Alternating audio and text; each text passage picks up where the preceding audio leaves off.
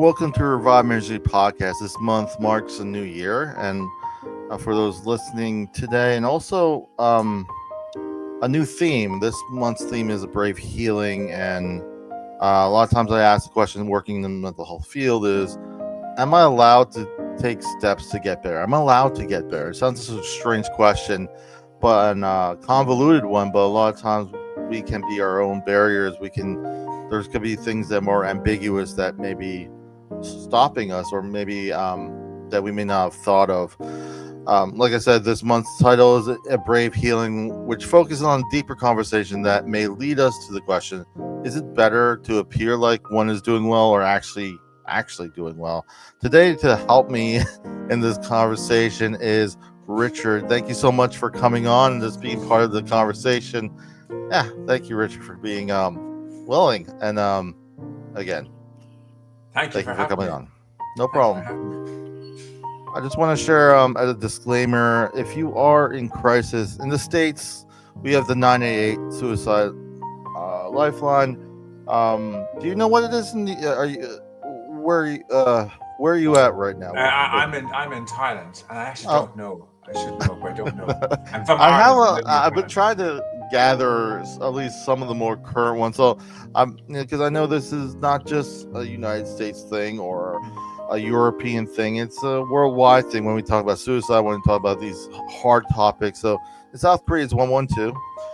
Sri Lanka, it's the suicide hotline is 02-715-8600, and the hotline in Sudan is 011-057-222-662. And then, I want on my website, you'll kind of see some of these, and I just encourage those who, wherever you are around the world, whether it's a hotline, whether it's maybe it's just a club that you're part of, or just whether you're faith-based or not, just schools, jobs, find someone that you can ask to say, I'm not doing well, I need help.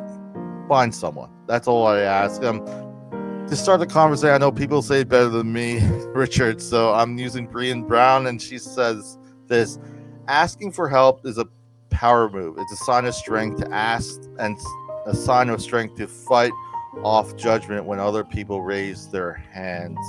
What comes to mind when you hear this quote? And anything else you want to add as we begin? Okay, listen, thank you for the invitation. Really great to be here. Very excited. I'm loving these podcasts. I've never met them before, and I've had about 5 already, but another 12 lined up. And it's just been a joy. You do a lovely job of it. You present it very well. I think myself, if I ever got to do a podcast, I don't know if I'd handle it as well. I'm learning from you guys as I go. So let me jump in here.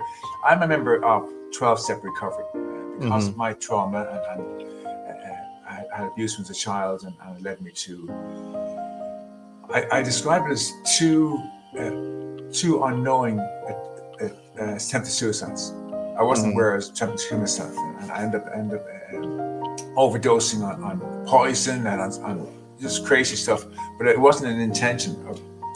I wasn't afraid of I was afraid of dying, but I was afraid of living, but not afraid of dying. But it wasn't a conscious decision to commit suicide. I just 2 times I found myself being pumped out, and basically at that store, and so it was like a subconscious thing. But what I want to say is that in 12-step program, they set this program up, but the first step is I'm the problem.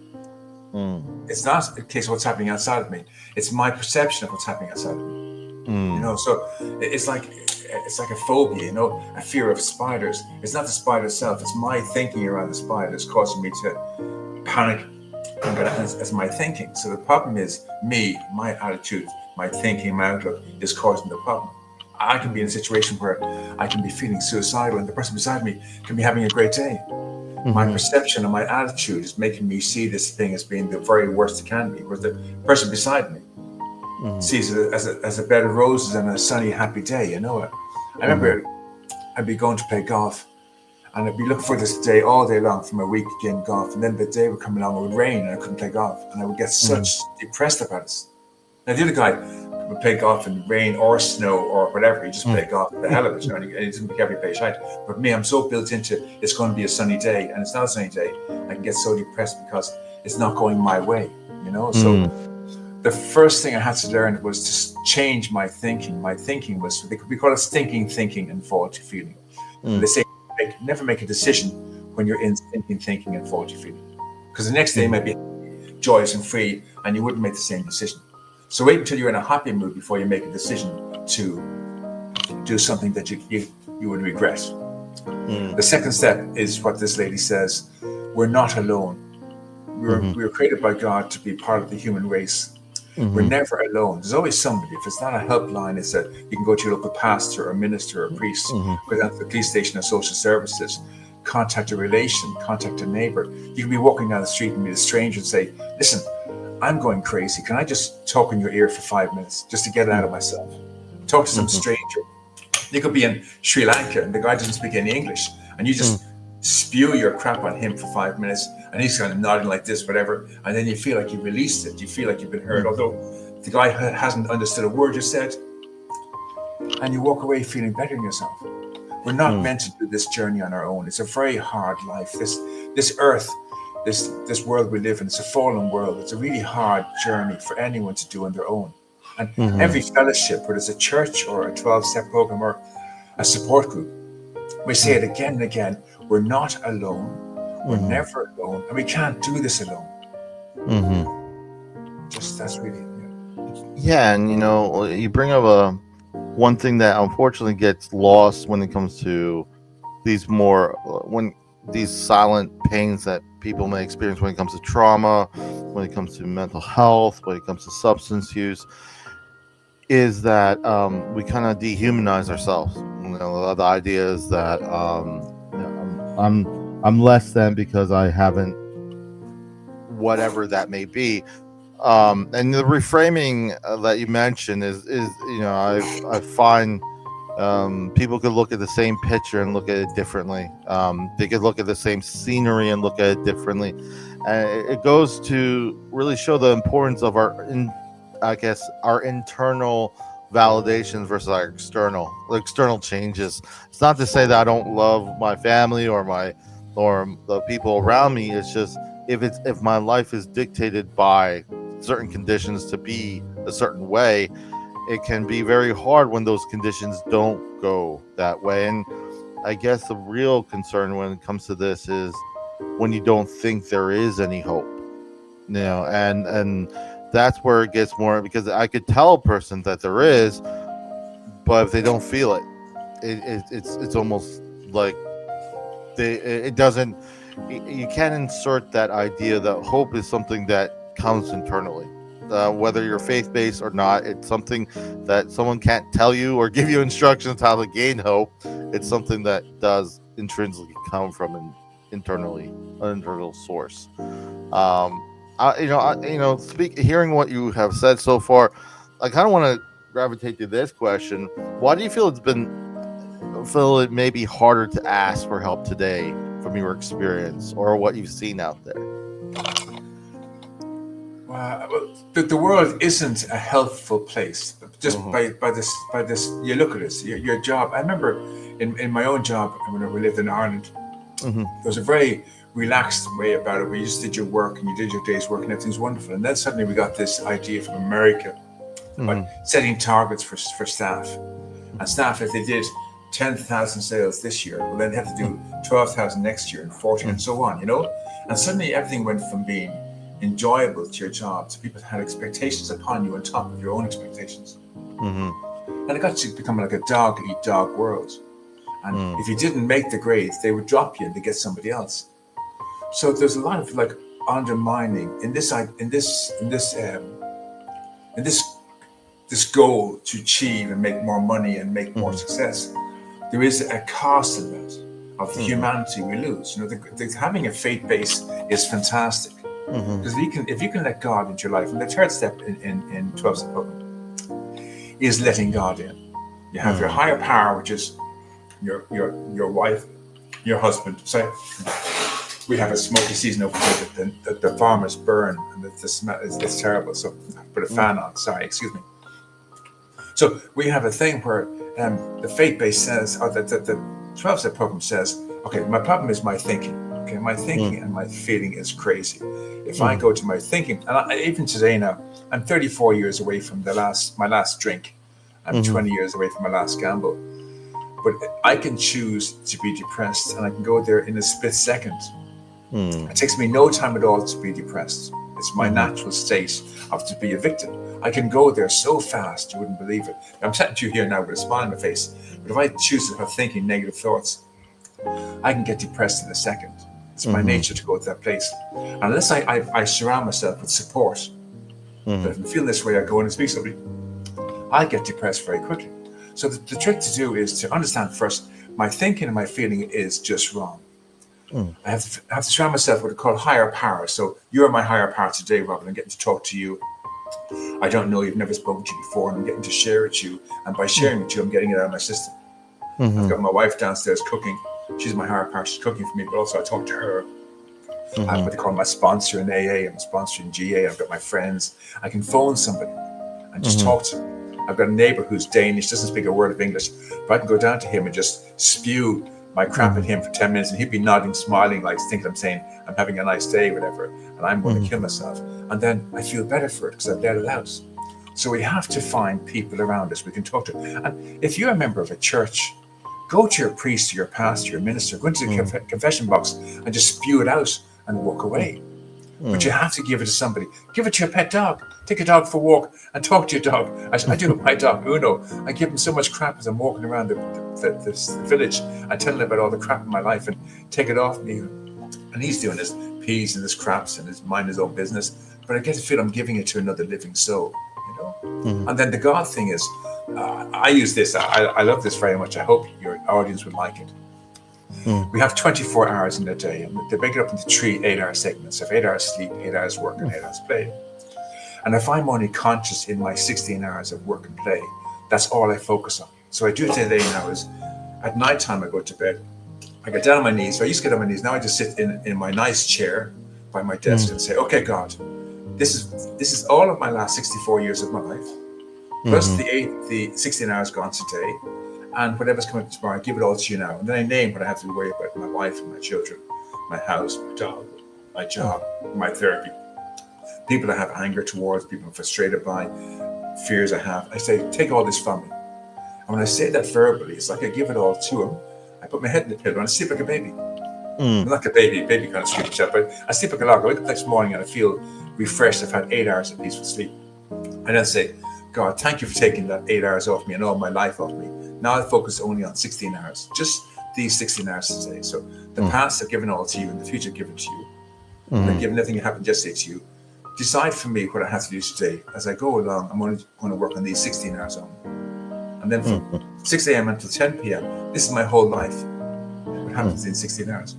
And as I pass by an hour, so 6 a.m. to 9 a.m. I get to work. So 3 hours is in the house, getting breakfast, getting dressed, making my room, doing some prayer meditation, making my commute to work. And I get to work, suddenly I realize I've only got 13 hours of my life left from 9 a.m. until 10 p.m. I have 13 hours of my life. The past is gone. Tomorrow is yesterday's a history, tomorrow's a mystery. All I have is 13 hours, and I live in 13 hours only. And then I start, okay, God, take care of me from now until 12 o'clock, my lunch break. Whatever happens today, you're in charge. And then just focus on doing my work for those 3 hours. 12 o'clock, I go somewhere and sit in silence and I say, okay, Lord, thank you for getting me through the past 6 hours. I've only got 6 hours left, or 10 hours left of my day today. Please watch over me over my lunch break. And when I get back to work, I'm going to actually take on the next 3 hours. I just break it into hours of 3 hours or 1 hour or 30 minutes and give it to him for that period of time. And if I give him in my head all my crap for 3 hours, I can just be present in me today, you know. And then at 3 o'clock, I'm going to go, this is awesome. I've only got 7 hours left. God, I'm going to give the next 3 hours till I get home on the commute, finish my day work, get me home at the commute, and I'll talk to you at 7 p.m. And I do all my day's work, do the commute home. I get home, okay, God, I've only got 3 hours to go. Thank you for taking all my day off me. Now I've only got 3 hours. Please look after these 3 hours for me, and I'll do what I need to do. Have some food, go for a walk, clean my house, whatever. And go to bed. And then when I go to bed, I say, okay, God, that's another 16 hours gone. I give that 16 hours to you. Give me 8 hours sleep in exchange. And it's a lovely idea. I don't attend church. I'm not a member of a denomination. I don't believe in man-made religion. I have my Bible. I do my prayers. I do dream prayer. I do these different things. I have conversations with God. I say, God, take this crap off me for 10 minutes. Take it off me for an hour. You know? That helps an awful lot when we're in that place where we can't ask for help from another human being. To be able to give it to God, I just say, God, I challenge you to give me peace of mind for 15 minutes. Here's everything in my head. It's yours. Everything in my heart, it's yours. Take it off. And you name it all and you give it to him. And then sit back and realize you have peace of mind and peace of heart for 15 minutes. You know, I there's, I remember, I was, faith-based has been a part of my journey. And for me, the appeal to it was, it doesn't change. So much in life changes. I was never one who was looking at where we will be per se. I didn't really care about that. And I do love what you mentioned, the presence, because I feel a lot of times when I've been a church leader before, and I notice sometimes, and it's not that there's great people wherever I am at when it comes to these things, but it's more about being present. I feel the work is here. In essence, what we're talking about is being present today. So when I'm thinking about God, and I think about the idea of Him, and one of the biggest hurdles for people struggling with mental health issues, I've struggled with mental health issues, is feeling heard. I always try to encourage some way to be cathartically decompress. You have a hard day, you're going through a lot. We don't want to stay in the past. We want to learn from the past, but we want to stay in the present, and not be consumed of the worries of the future, because we can't do any of that yet. What can we do? Decisions we make day to day. And I take a similar approach in the sense that I like to stay present. Like, I do pray daily. I haven't really, but when it comes to organized religion, I do have sometimes some, I guess, concerns, just because I feel that it's more, I like it when it's more about staying present, being kind to yourself, being kind to those around you, not about how much you know. There's so much information out there. It's almost wiser to know what to ignore than to know everything. So I encourage that. And in regards to that, it's just, at my lowest point, thinking back, is the appeal to faith was that, God was something that didn't change, that didn't have edges like in the Old Testament. And for me, that was more comforting than going somewhere else. So, like, especially going through what I've been through with my mental health journey, I felt more comfort with being present and being intuitive. And some of the hardest days, I would say, get me through these few hours, get me through what I am.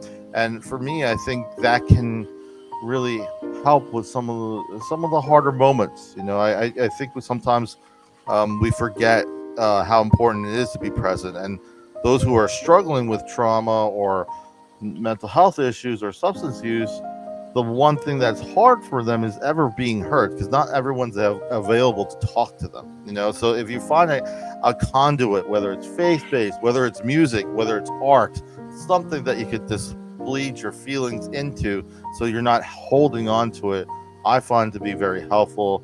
I encourage that, especially when I'm working with people. What do you do when everything falls apart? Where do you go? How do you process that? So there's an exercise that you can do right now, yourself and your audience. So if you haven't got someone to talk to, and maybe you're an invalid and you can't leave the house, and you're in conflict with God, and you're on your own, grab a pen and paper, and with your dominant hand, the hand you write with. I'm left-handed. I write with my left hand. At the top of the page, write down, dear God, or dear inner child, or you're writing to the part of you that suffered the trauma. So for me, it was dear 12-year-old Richard, and I'm writing to that younger version of me who suffered the trauma. And then at the bottom I put down love, 64-year-old Richard. So it's me writing to my younger self. On this page, you write down anything you want to say to him. You can't hurt him, so you can be angry, resentful, shame, blame, guilt, whatever it is inside of you, you're giving it to your younger self. And Mhm. he's in heaven and he's happy to take it off you. So you write this letter, and it could be full of anger and fear and whatever. And you can cry your eyes out, but write down what you need to say to your younger self on paper. And when you're finished, turn the page over. Mhm. And then with your non-dominant hands, with your opposite hand, so for me it's my right hand. I write my left hand. My right hand, I try to write, dear 64-year-old Richard. At the bottom, write down, love, 12-year-old Richard. Now, because I write with my right hand, it means it activates my subconscious mind where God lives. So it's actually God writing back to me. I'm not conscious, so I'm not aware of what I'm writing, because I'm not in control of the writing. So when you write with your right hand, you will write things on that page to yourself that are beyond your comprehension. It's a most wonderful experience. It's like God is answering all your questions. You've had to say, you motherfucker, you did this and you didn't defend yourself and whatever, you let this happen. And then on the other side, you're kind of going, it's got fuck all to do with you. I mean, honestly, when you do this, I don't want to be putting words in people's minds, but you write with your left hand, with your dominant hand, to your younger self, or to God, or to someone you have a conflict with. Write them and really put down on paper what you feel. But then you turn the page over, because they're not here, you have to write on their behalf. So with your non-dominant hand, the hand you can't write with, you write a letter back to yourself. And because you're writing with your non-dominant hand, it'll trigger your subconscious mind to activate. You'll activate the God that's within you, your inner child that's within you, the person who suffered the trauma in your memories will write back to you. It's mind-blowing when you do it. I promise you, if you do this exercise for you or your audience, your perception will change completely. You'll feel like you've been heard by the one person who understands you.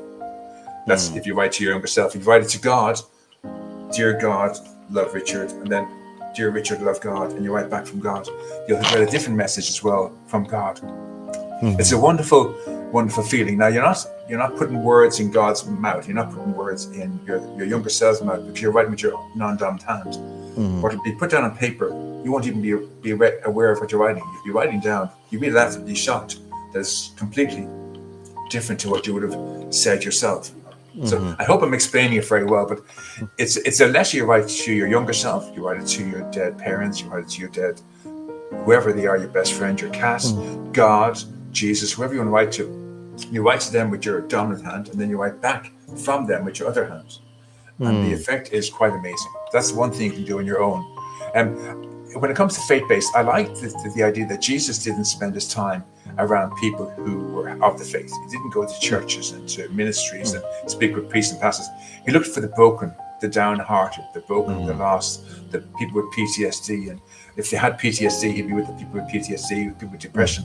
He went to people who needed him. That's the other thing about faith. We can go to God because we need God, and he'll hear us. Where he told the Pharisees to feck off because they thought they knew everything. But he wants to go to people who needed help. He's there for us today. If one of your audience is lost and feels that they're going to give it all up, know that Jesus is there for you. You can say, Jesus, give me 10 minutes of peace of mind. And if you're open to it, you get 10 minutes of peace of mind.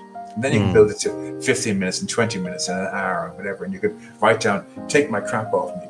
Take that page and throw it in the toilet and flush it down the toilet, and you'll find it's gone. I like to think of the New Testament that Jesus only ever wanted to be around people who were broken. He didn't spend his time in houses of Pharisees and in churches. He went to looking for people who were broken, and he healed people who were broken. And that's what the message is in the Bible. It's you and I who are broken, who come from brokenness and from shame and self-harm. He wants us to be whole, and that's the ones he wants to perform miracles on.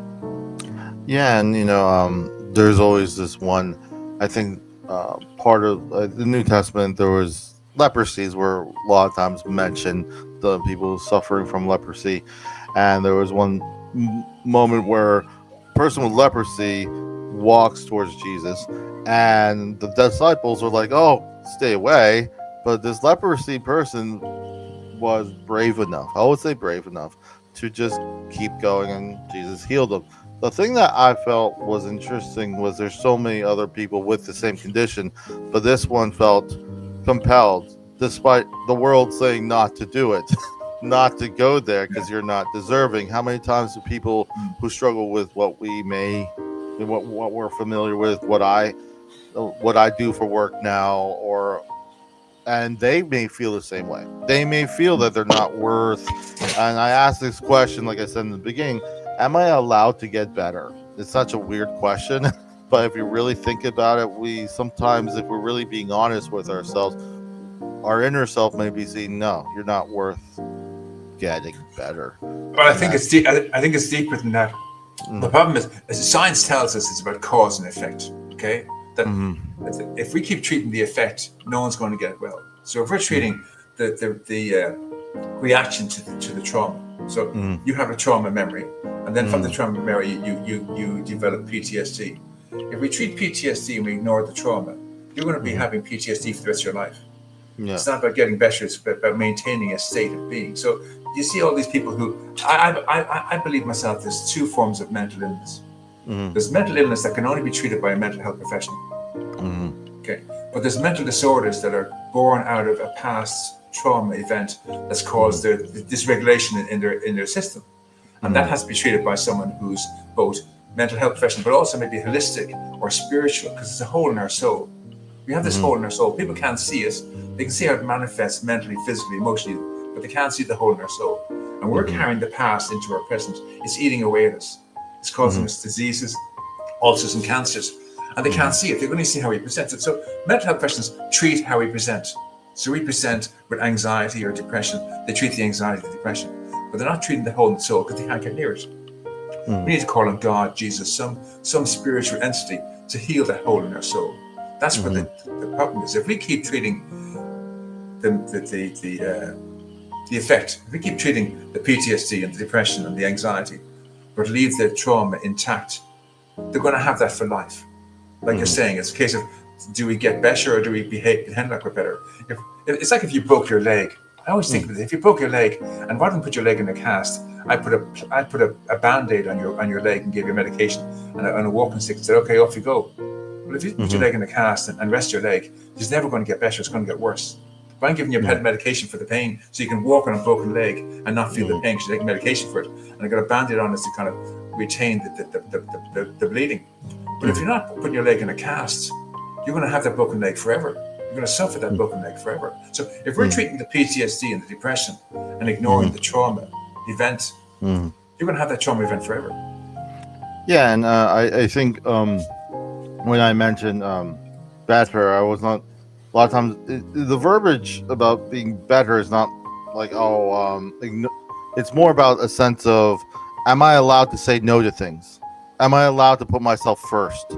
Am I allowed to maybe explore avenues? If this medicine's not working, am I allowed to say that it's not working? Am I allowed to say this therapy or this treatment is not working for me? That's what I mean. But I do get what you're saying, because if we're just looking at just treating the outward, what we're seeing, you're not gonna. There's a holistic and a lot of different parts of us that really do matter on us becoming something, navigating through what we're going through, finding a way to heal that's effective, not just looks effective. And like I said in the beginning, in that regard. So I want to switch. I want to switch gears. Go ahead. But I get what you're saying about the better. That's what I'm trying to imply. Yeah. Society would have us believe we must treat the PTSD. Yeah. Whereas we realized, I'd worked with one client. He had 20 different therapists. Now, my thinking is, if by therapist number 3 they can't help you, you think they stand up and say, this isn't working. That they wouldn't pass you on to another 17 therapists over the 20 years of your life, where you're in therapy and taking medication for something that isn't working. It's getting worse. And because it's getting worse, now they diagnose you with more, on top of the PTSD, they diagnose you with depression, they diagnose you with anxiety. Suddenly, you went into the first therapist with a trauma memory. And suddenly, 20 years later, you've got 4 different diagnoses, you're on 17 different medications, you've had 20 different therapists. And it's like, at what point can we say this isn't working? Yeah. What time can I say I want to be better? I don't want to be maintaining a state of being. I want to be better. At what point can I say, because society says, no, you must stay with your therapist, you must stay with your medication, you must stay with this disorder. And it's like we have 1.4 billion people in the world diagnosed with PTSD. No one's getting better. They're maintaining a state of being, and that's nearly a quarter of the world's population. Does that mean in another 70 years we'd be up to half the world's population diagnosed with this condition that can't be treated? Yeah, and I think you just hit where I feel that, are we talking about mental health or mental maintain? So that's where it's kind of, there's two. But a lot of times when I think about that, I also have to remember where mental health and all that stuff came from, where the focus was. It was all focused on the family being saying that this family member is being is a problem. So it was never focused on the person actually suffering.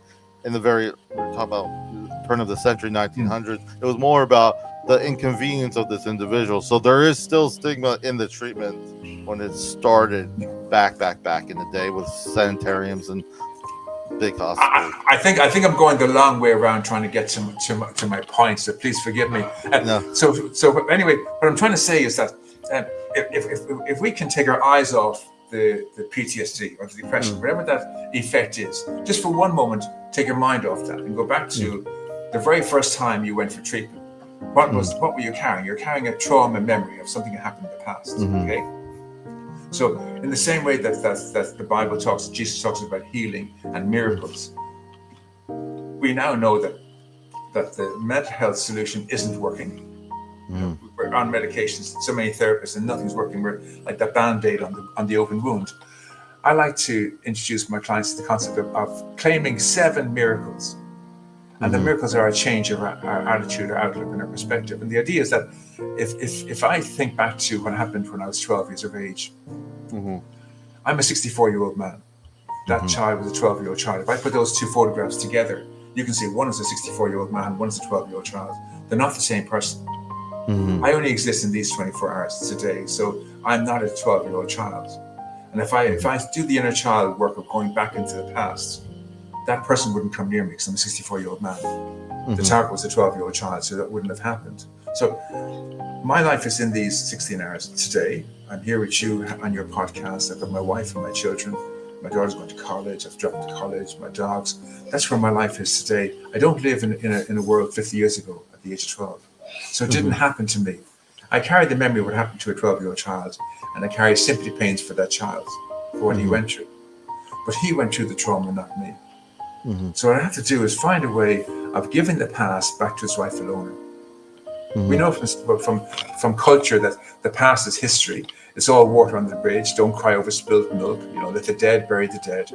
I only have life in these 16 hours today. This is where I live. It's in these 16 hours. I can't even go back into yesterday or the day before yesterday and change any of it. What makes me think I can go back to something 50 years ago and change any of it? It's not possible. And if I bring the past into the present, it's going to eat away at everything I have in my present. It's going to cause death and decay to everything it touches. But it's not mine to deal with. My life is today, so I have to give that past back to the owner of it. Now, that my younger child, my inner child, my 12-year-old younger self, he suffered, endured, and survived that trauma, so I'd be free today. It was never part of his plan for me to suffer it too. By me bringing the past into the present and suffering it in the present, I'm volunteering to be a victim of his trauma. And that's just wrong on every level. He survived it, so I'd be free of it today. It's not my business. It really isn't any of my business. And for people to suggest I should post something that happened 50 years ago, that's just benefits the people who supply those services. It's not benefiting me at all. So what I need to do is find some way of taking this stuff and give it back to my younger self. Like I mentioned earlier on about the letter where you write to your younger self and you write back to you. It's almost like a visualization where you see yourself meeting your younger self. So I see the photograph of my 12-year-old child, and I see him in the school uniform standing saying, "Richard, I want to go into heaven, but I can't go. You've got my baggage. Give me my baggage back." And I do this visualization where I give him his baggage back. And in this process, he takes the baggage from me. I feel this release. That hole in my soul disappears. It goes from my psyche. Now, I'll always have the memory of what happened in the past. We're human beings. We're meant to carry our memories. But the next time my therapist asks me, how did that make you feel? I kind of go, sorry, that's gone. That what happened in the past happened to a 12-year-old child. It didn't happen to me. It's got nothing to do with me. That stuff didn't happen to me. I gave it back to him. He's left this plane of existence. He stepped into the light. Jesus wrapped his arms around him and brought him into the light, and he's gone. And he's taken all the details. Now, I have the memory of it, but not the details. So now when someone asks me, I say, yeah, what happened to that 12-year-old child was terrible. But it's not what happened to me, because I only exist in the present. I don't know if I explained this very well. I I I I feel when I feel a lot of unfortunately people will, when it comes to trauma, they feel that you can never relive. You're not the same person as you were when you were at 12 years old.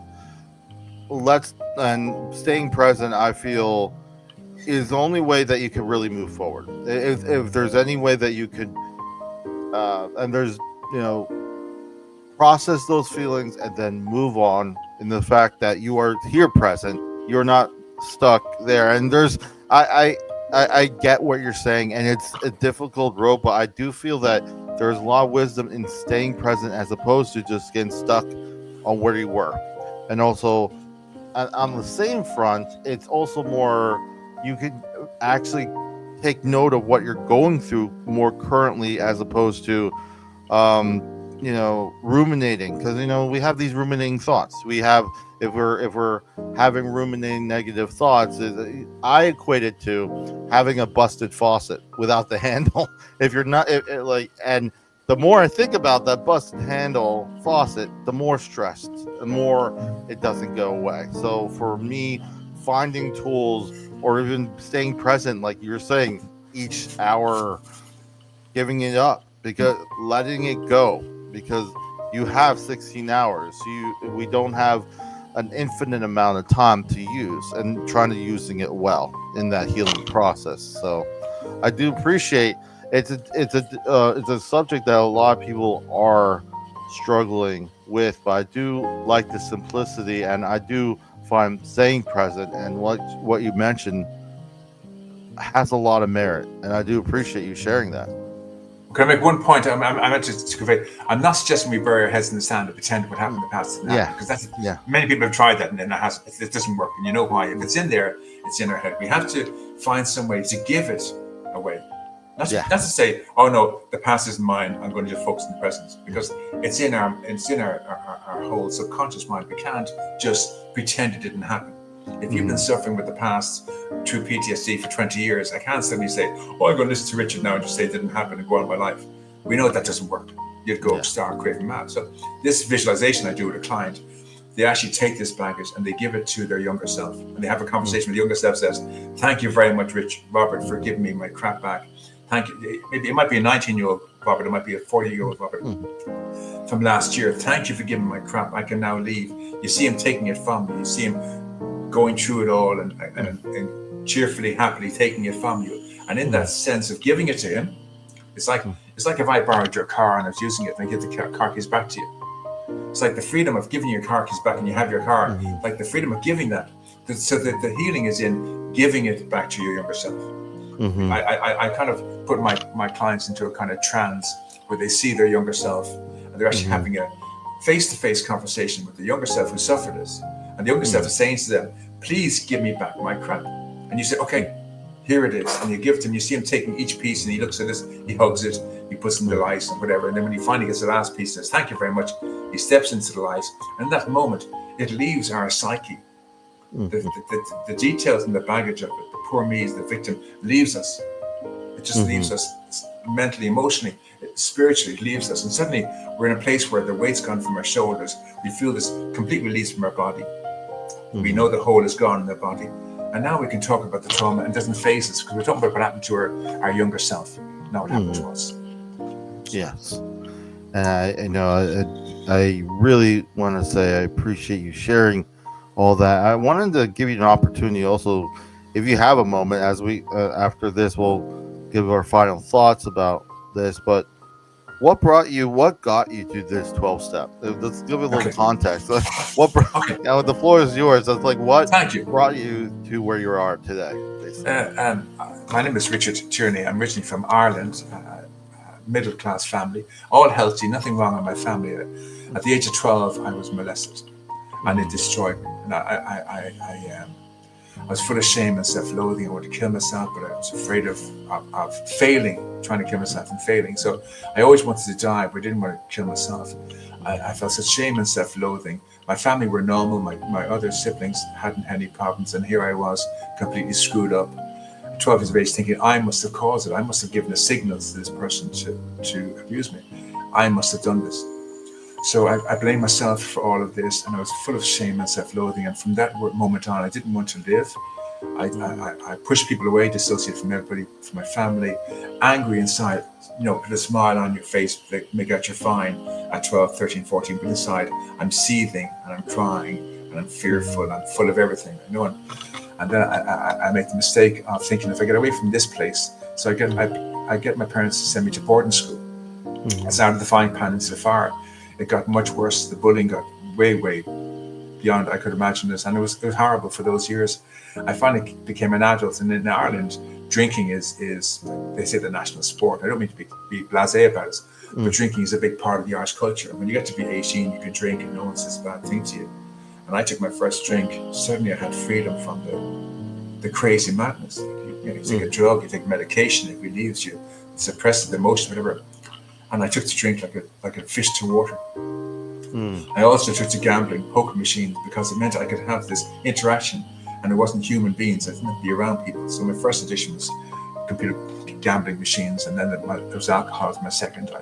I embezzled family business. I stole from anybody and everything. The poor box. It was that crazy stuff, But I'd never stopped growing from the age of 12 onwards. I stayed emotionally 12. So here I was, a 35-year-old man, emotionally 12, 40-year-old man, emotionally 12. I'd never continued because I was so stuck in the past. And then so I lived my life like that, and I got sober then in Ireland at the age of 27. And I got into recovery, and I hated recovery because they kept saying, we have to change you. And I wanted everyone else to change so I'd be okay. If everyone else did everything else, everything would be fine, And finally, in about year 5, my family were working in eggshells. I am suicidal. And I finally had the courage to ask someone to help me.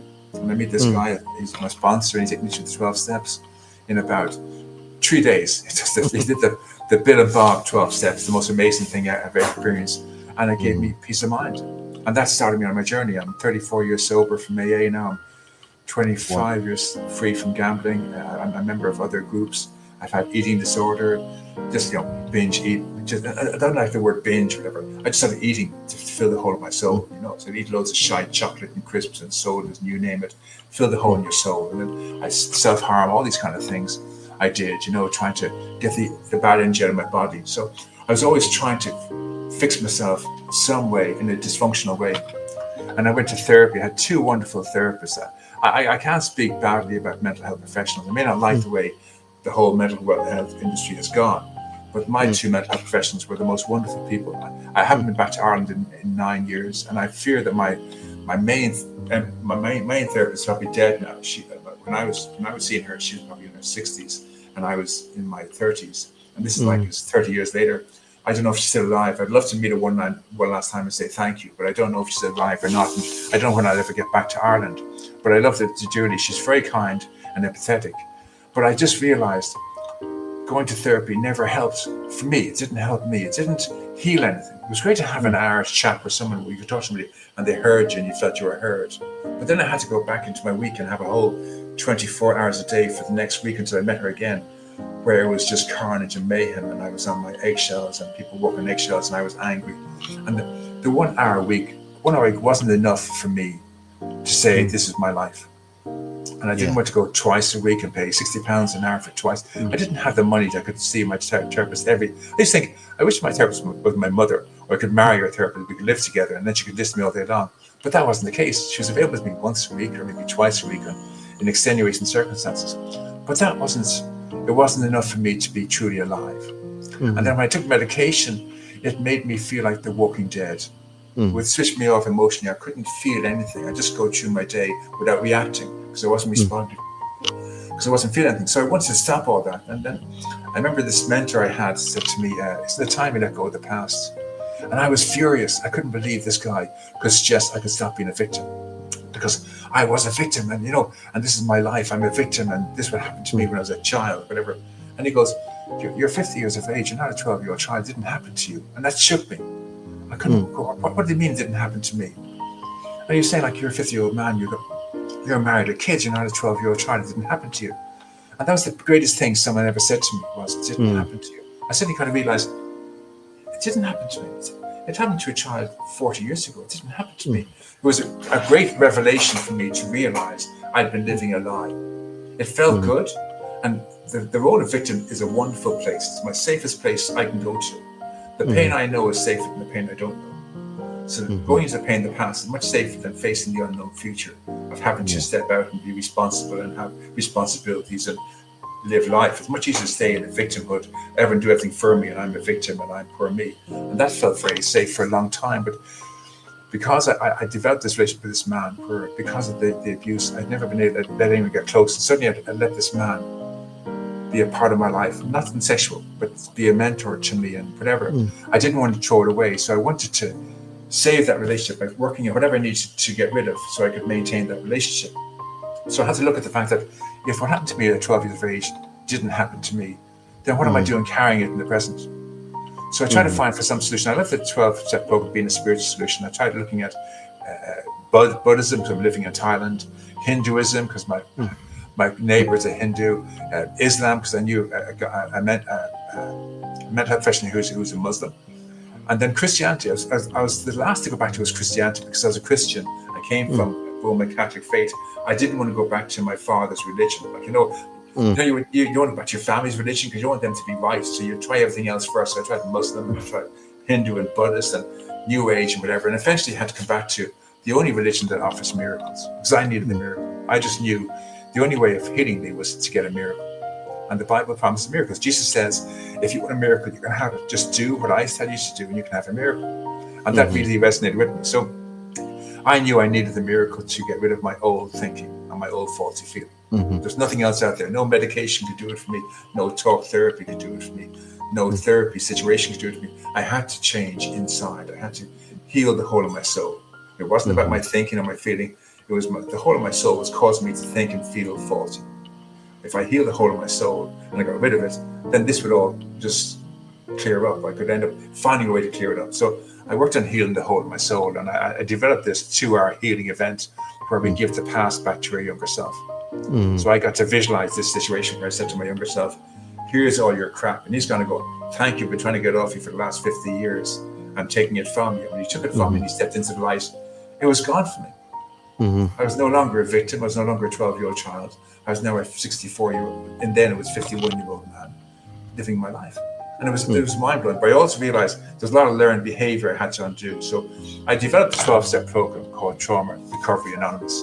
I wrote to AA Worldwide Service. Was it okay for me to use their program as a foundation stone for it? Now, most programs, you have to get permission from the original source. So NA and GA and all the other 12-step programs would apply to them, and they would say yes or no. So I got a note back saying, it might take us 3 or 4 months to get back to you, but we'll review your 12 steps and come back to you. And 48 hours later, I get this email from AA World Service in New York saying, we approve of your 12-step program, put it out there. So suddenly I had a 12-step program based on the 12 steps of AA with their approval for people to use. And what did it, because we gave the past trauma memory back to our younger self, now we had to undo all the learned behavior of our broken coping skills and the diagnosis. When I was really depressed, I would push away people who were threatening me, but also people who were loving me. I'd push people away. And I had to learn out who are the right and wrong ones and make amends and restitution to those I hurt who I shouldn't have hurt. So the 12-step program gets you to understand, I'm the problem. From this day forward, I can never be a victim again. No matter how much I want to be a victim, I can't be a victim. Higher powers there's so many people out there I can touch base with. Robert here, my local pastor, my local priest, a social worker, my wife, my children, my neighbors, my friends, and then I give everything to God. So I do that thing every night. I give him and say, here's my day, here's my past, take it all from me. I sleep for 8 hours.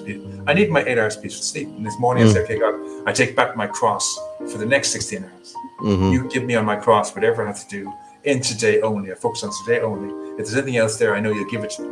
And I go into my day and I do 16 hours. And if something comes into my head about something, I know God wants me to deal with that today. And I deal with that today if I can. And then at the end of the day, I try to deal with that. Didn't work out so well. Here it is. I give it back to you again. And then I go to bed. The next morning, I take my cross back. So I give him my cross. I take back my cross. You know, and that's my day. And then I do the 12-step program of just cleaning my side of the street and making amends and making restitution, and not a victim ever again. Hearing your story, I just want to say thank you so much for sharing, and I know for me that, it makes like with this story and what you shared with me and how you developed the 12 step, it all is much clearer now. And I do appreciate what you're doing. I think it's a wonderful thing that you're doing. And I do feel that when we a lot of times I tell my clients, don't how you say, personalize your care, but don't personalize everything that happens to you. If that makes sense. Because so I just want to say it's, that when I think about this month, I was, every month I try to make a new theme. Um, I don't change a lot year to year, but I thought of brave healing, and I thought it was a lot of times when we're stuck and we feel we're stuck, we're comfortable, but we're stuck. we're it is maybe brave, maybe appropriate word. It's a concept that I think is relevant today. There's so many barriers that that you're explaining. We could get comfortable, but we're not healing. We could get used to things that are not helpful, and to be brave enough to say that and try to find something that may work.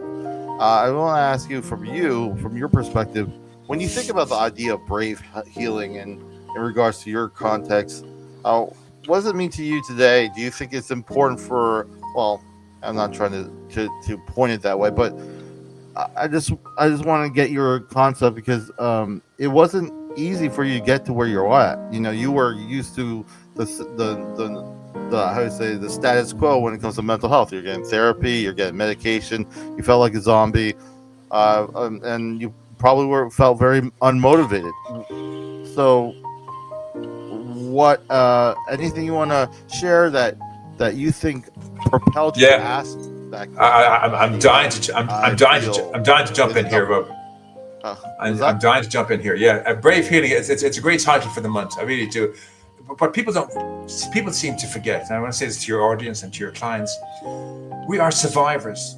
There's huge bravery in the fact that we're survivors. We're still standing. What happened to us in our past, for us to be standing today, even if you're in therapy, even if you're still fighting battles, whatever, you are still standing. I mean, it took me to really realize I'm not a victim. A victim is someone who's not strong. A victim is someone who's weak and easily taken advantage of. But you and I, we're survivors. I mean, there's so much. You're so far from victim when you're a survivor. So if you're at this podcast today and you're a client of Robert's and you're one of his audience members, you are a survivor. You have survived this long. There's huge strength and courage to keep going. That's what the bravery is in this brave healing. The strength and courage to keep going and look for a solution shows that you are a survivor. We look at Nelson Mandela and Martin Luther King. These guys were nobodies, but they came out of. They never gave up. They kept pushing forward. As long as we're moving forward or standing still, not going backwards, we're showing how strong we are as survivors. And I believe in the Bible there's the talk about Job. And if you read the book, I don't go very much for the Old Testament. There's some parts I do like it. And Job is a great one for us. Job basically describes who we are. We suffer horrible trauma. We think the devil's out to get us. And then we find out, shock and horror, God did this to us. God chooses certain people to suffer hardships because he wants us to move mountains. He chose Nelson Mandela and Martin Luther King. He chose Job. He chose Jimmy Carter. And he's choosing you and I. Other people would collapse suffering what we're suffering, but we survived it. What we went through could floor an elephant. A lesser mortal would give up in life, but we're still standing. And why is that? Because God is creating us for something special. So I came from Ireland. I was in the retail for years. I suffered my childhood abuse. And here I am at 64 years of age. I've developed a program for treating trauma. And it's like, this wasn't in my plan. It wasn't in my plan when I was 18 that I was going to be living in Thailand and creating a program for trauma. But here I am. Suddenly God had a plan centuries before I was born that I was going to be doing this at the age of 64. And what I'd like to share with people is I like to think that our collaboration today, Robert, that somewhere in your audience, or maybe a friend of your audience, will hear this podcast, will take heart from it, will break free of their past, And they will go on and get married and have children. And one of their descendants, maybe in 5 generations, will create a cure for cancer or AIDS. And it all happened because you and I had this podcast. But more than that, God foresaw that person in 5 generations creating a cure for cancer. And he put us here so that would happen. Now, we'll never get the accolades or recognition for this. No one's going to say, well done, Robert and Richard, for what you did. But God knows. And he put a plan. He put us together for this. And then the parents or the grandparents of this person won't get the accolades. But somewhere in maybe in the year 3045, someone creates a cure for cancer and AIDS. And no one will know that back in 2025 that we played our part. But the thing is, we'll have played our part. God created us for a reason. We have a purpose. Every person on this planet, everyone in your audience, they have a reason for being here. And their bravery and their ability to survive their trauma shows that God chose them for a reason. They're the job, or the Nelson Mandela or Martin Luther King, whoever you feel would be a hero for you. You're that person. You survived your trauma to come out the far side. And through doing that, you're going to affect a change in somebody down the line who's going to go on and do great things because of you being a survivor, you being brave enough to heal, to look at something different, to try something different, to want to get better than to look better. To want to say, okay, mental health isn't working for me. The world would have us believe, no, you've been diagnosed with PTSD, that's your lot in life. And for you to say, no, that's the effect. I want to deal with the cause. The cause was the trauma. I'm going to give the cause back to my younger self. When he takes it, I'm going to go and have my life. I'm going to step out and just live 16 hours a day and have my life. I'm going to run a podcast like Rob is doing. I'm going to become a therapist like Richard. I'm going to help other people. I'm going to get married and have kids. I'm going to make amends to my wife and my children, on my husband and my children, my parents, my siblings. I'm going to get a job. I'm going to buy a house. I'm going to travel. And just live your life today. And you can live your life today, or you can be someone with PTSD. I don't mean to pick on PTSD, but you can live your life, or you can be someone with a mental disorder. And it's something we're not getting that choice. We're told, no, you're a mental disorder, and that's it for life. Yeah, and as we wrap up on, I when I think about there's always a generational gap when it comes to the understanding of, but I think I always try to get to the derivative things. So let's say a person who is a grandfather, and a lot of times in May, I like to say the theme for Mental Health Awareness Month, I say, remember our names. Remember our names. Because a lot of times we don't need to know every single aspect. Why do we care about this stuff? Because it impacts people we love. It impacts ourselves, our stories, and the stories of others who are suffering, who are surviving. And for me, I think sometimes we want to fit things in a nice little box. But if you're willing to be brave enough to kind of throw the box away and find other ways that may be able to help you, I just want to leave that as a final thought for those who are listening. And I will also a little small bit before I have Richard give his final thoughts, is everything that Richard has mentioned will be in the notes. So if you want to find out more about what Richard is doing, I will encourage you to find out and look through the notes. Richard, final thoughts? Thank you very much for that. I'd say to all my clients, we all want a second chance. We want a second chance for a normal life. All I wanted was to be a normal, boring human being like my family. That's all I ever wanted, a second chance. So I would say to you, if you haven't got a faith in your life, give God, give Jesus, give the Holy Spirit a second chance. What have you got to lose? I mean, challenge him. Say, okay, God, Richard says that if I challenge you to give me 10 minutes of peace of mind, you'll give it to me. So I'm challenging now, give me 10 minutes of peace of mind. And then sit back and see what happens. I mean, you get 10 minutes of peace of mind, you're going to go, okay, I want half an hour peace of mind, or take this from me for 10 minutes or whatever. So my final thoughts are, give God a second chance. And be brave. You're a survivor, so be brave. If you feel like trying something different, you can always go back to your old way. We have responses as human beings of fight, flight, and freeze. And we're all stuck in freeze, stuck in the emotion. But you can also run away, and you can also ask for help, pray, seek a solution. So just try one time, not freezing. Try one time taking action. You can always, at the last second, go back to freezing. You can go back to being depressed. But for one moment, try something different and see what happens. And if it works, put it into your armory and have that, and then try something else and put it into your army, and build up an army of new coping skills rather than always just staying in the emotion, staying in the state. Try something. Go for an ice cream. Go for a run. Go to the gym. Volunteer for something. Go for a swim. change your clothes, tidy your room. There's things we can do just to change and smile. So give God a second chance. That's my final thought. I know my time is up. Guys, thank you for having me today. I really thank you so much. I just want to share real quick, stay updated with Revive Ministries through the website. This is goodbye with a proverb from a Korean proverb. It says, water downstream is clean only when the water upstream is clean.